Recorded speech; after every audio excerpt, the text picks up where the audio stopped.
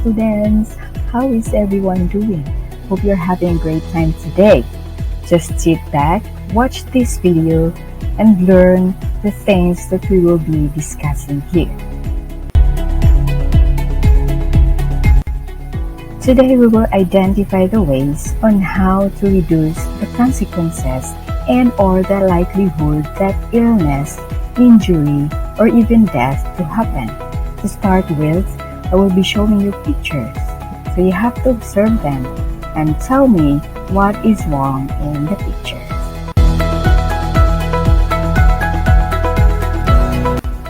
Here's the first one. Definitely it is a kitchen. What can you say and what do you think is the mistake in here? Kindly write it on your paper. And here's another one. What do you think is the lady doing or what's happening to her?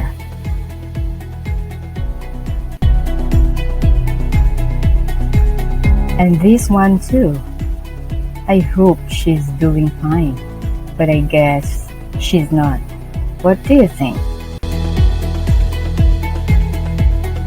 And this.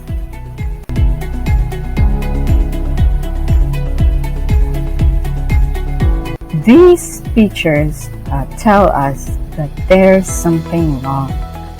These are incidents or accidents that could happen to us anytime in our workplace or even at home. And so, to prevent those things to happen, we need to be fully aware of the danger. And so today, we will be learning about hazard and risk. We will identify or know hazard and risk in our workplace or even at home.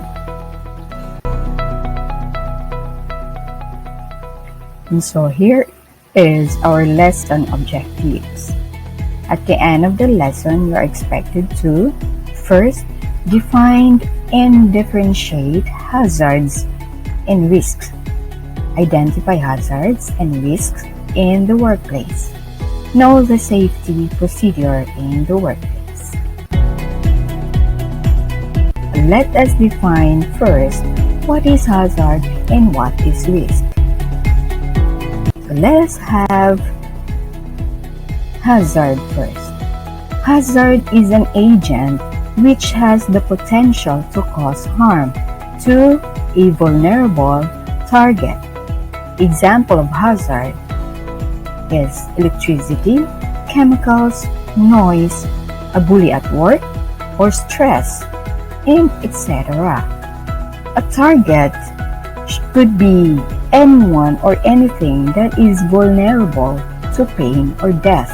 So for example, if a person is exposed to electrical short circuit, she or he might get hurt. So the hazard there is electricity.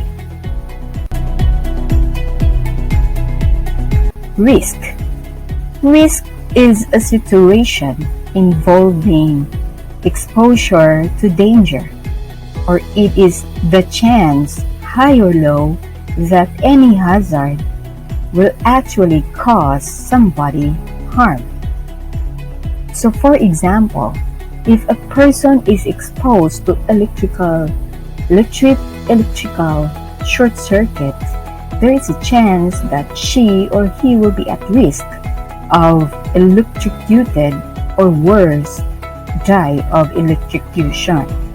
So the hazard is electricity, yes, and it will put yourself to danger, high risk of dying or getting hurt. That is risk.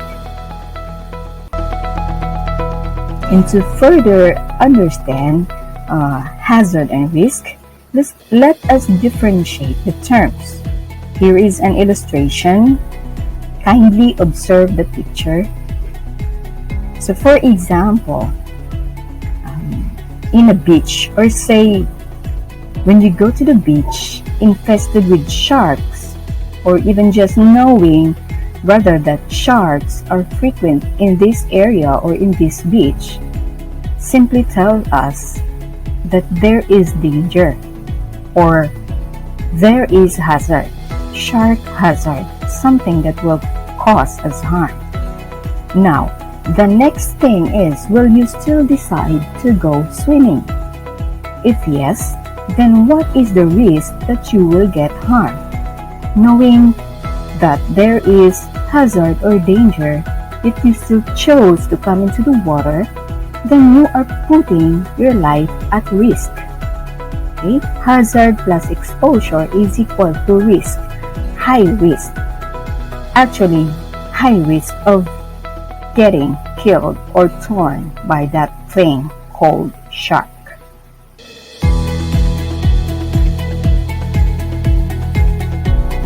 Here's another one. Okay, do you have any idea what's the hazard in this illustration? Correct.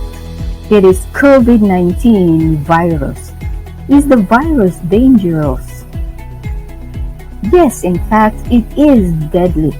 Now, what is the risk of getting hurt if you are exposed to this virus?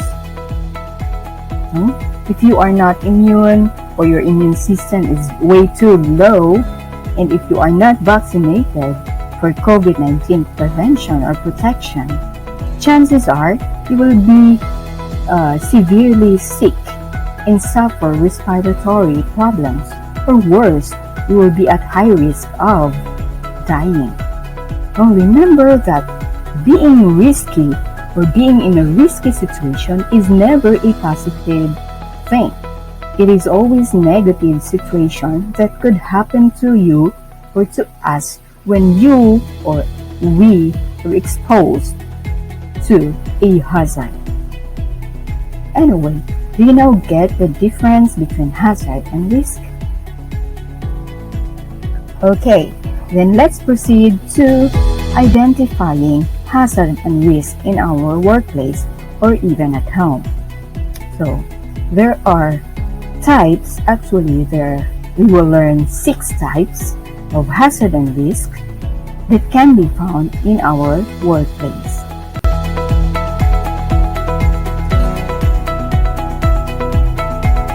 First, we have electrical hazard. An electrical hazard can be defined as a dangerous situation or condition where a worker could make electrical contact with energized equipment or a conductor, and from which the person may sustain an injury from shock, and or there is potential for the worker to receive an arc flash burn, thermal burn, or blast injury. And so, be careful when you have these examples of electrical hazard at home or in the workplace. You have here worn out electrical cords, faulty wirings, damaged electrical equipment,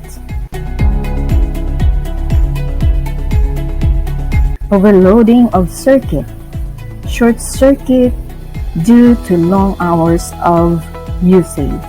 So if you notice these things at home or in the workplace, remember to change or fix it before something could go wrong. Next. Okay, second is LPG hazard. LPG means liquid petroleum gas. So we have examples here: leakage of the LPG tanks, dilapidated LPG hose, stove knobs not turned off after use, LPG tanks not turned off after use. So remember, the cooking ranges or stoves are operated on LPG, and if LPG supply is not maintained properly, it may cause the problem of fire in the kitchen. And if LPG leaks, it will evaporate and form a large cloud of gas, which will settle in low spots such as drains or basements. This can cause a fire or a suffocation hazard. No? LPG can cause cold burns if in contact with the skin or act as an asphyxiant, meaning you won't be able to breathe if present in high concentrations. So remember to always maintain and check out these things and resolve to fix it right away if needed. Okay, so next, hazard. So the third one is physical hazard. So these are brought about by unhealthy working conditions, poor lighting, insufficient facilities, inefficient or faulty equipment or machine, and improper work practices such as a wrong use of knives. So example of physical hazard, we have noise, which can damage your ears, as well as vibration. The heat, which will give us risk of getting skin problems or worse, skin cancer. And poor lighting, which can damage our eyes. Physical hazards are also brought about by poor posture when working long periods of standing, bending, pushing, lifting, carrying, which can cause body stress, muscle pains, and soreness, back injury, numbness of hands, feet, and other parts of the body.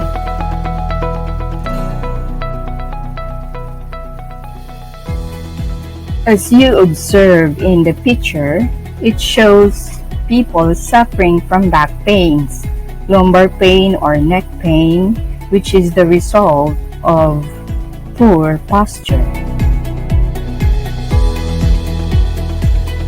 Okay, so these are illustrations of proper posture. So these suggest the right position when working.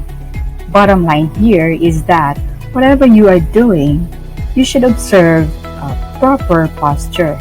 Or in a simple words, do not slouch or bending for way too long, as it will strain your body. Okay, next one. We have biological hazard. These are brought about by workers infected with disease or illness, unhygienic personal practices that can transmit bacteria, parasites, fungi, or even virus to other workers and to the food and equipment being handled. So it is a biological substance that poses a threat to the health of living organisms, primarily us, humans. So this could include a sample of a microorganism, virus or toxins that can adversely affect human health. So let us be careful. Okay. Next one, psychological hazard. These are brought about by too much stress from work, which may cause mental and emotional strains and anxieties and depression. This kind of hazard troubles an individual very much, to an extent that his or her general well-being is affected.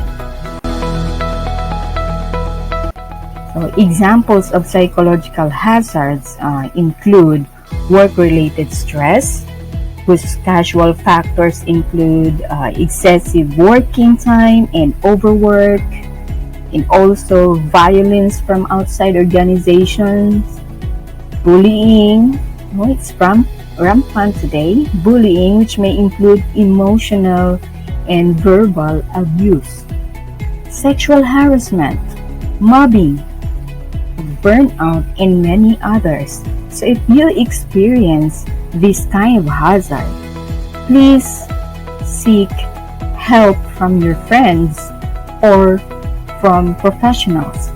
No? Then resolve to develop control measures to avoid the risk of taking suicidal thoughts or taking suicide or become mentally ill.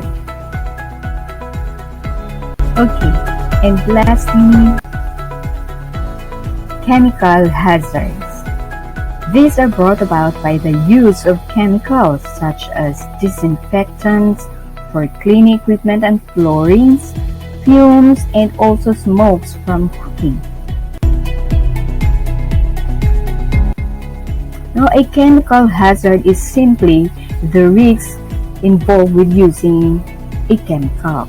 So in the workplace, chemical hazards can be health hazards, where workers and other personnel are exposed to hazardous chemicals through inhalation, absorption through the skin, or ingestion and even swallowing. So always use required PPE or personal protective equipment. So example of PPE is gloves. You have gloves, you wear it. Mask also to avoid inhaling or swallowing chemicals and many others. And then inspect your PPE carefully before each use to make sure it's safe to use to avoid contact to chemicals. Okay, so that's it. So again, the different types of hazards and risks found in our workplace are: you have electrical hazard, LPG hazard, physical hazard, biological hazard, psychological hazard, and chemical hazard.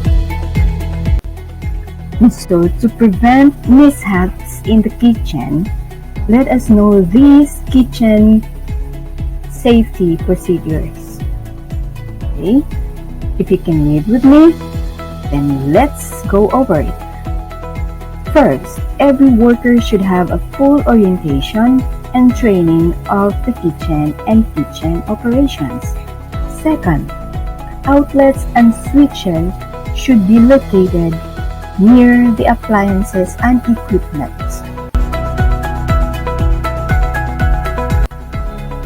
Third, fire extinguisher should be available for emergencies. Wear personal protective equipment. Regular maintenance of the equipment. This is very important.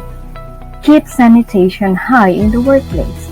Cleaning is very important, and also sanitation.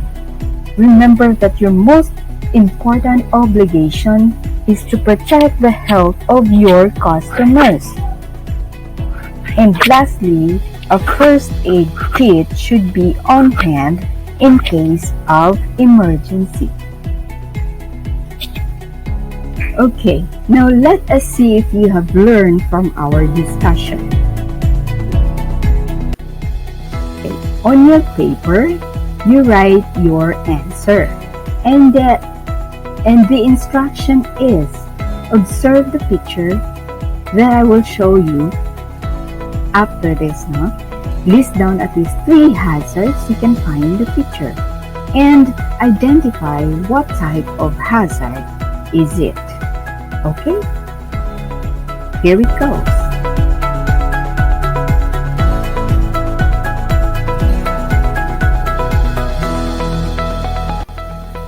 Okay, that's the picture. After you have found what's wrong in there, or the hazards, at least 3 hazards, list your answers. Okay. Don't forget to submit your work to your teacher. That's me.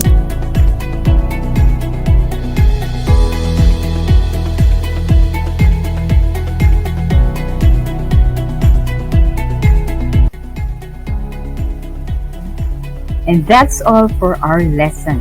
But before I end, let me leave you a powerful message that goes, an ounce of prevention is better than a pound of cure. It means that it is sensible to stop a bad thing or an illness from happening in the first place rather than to have to deal with awful problems, worse health issues, or damages later. Okay, so prevention is better than cure. Have a great day. See you on the next video.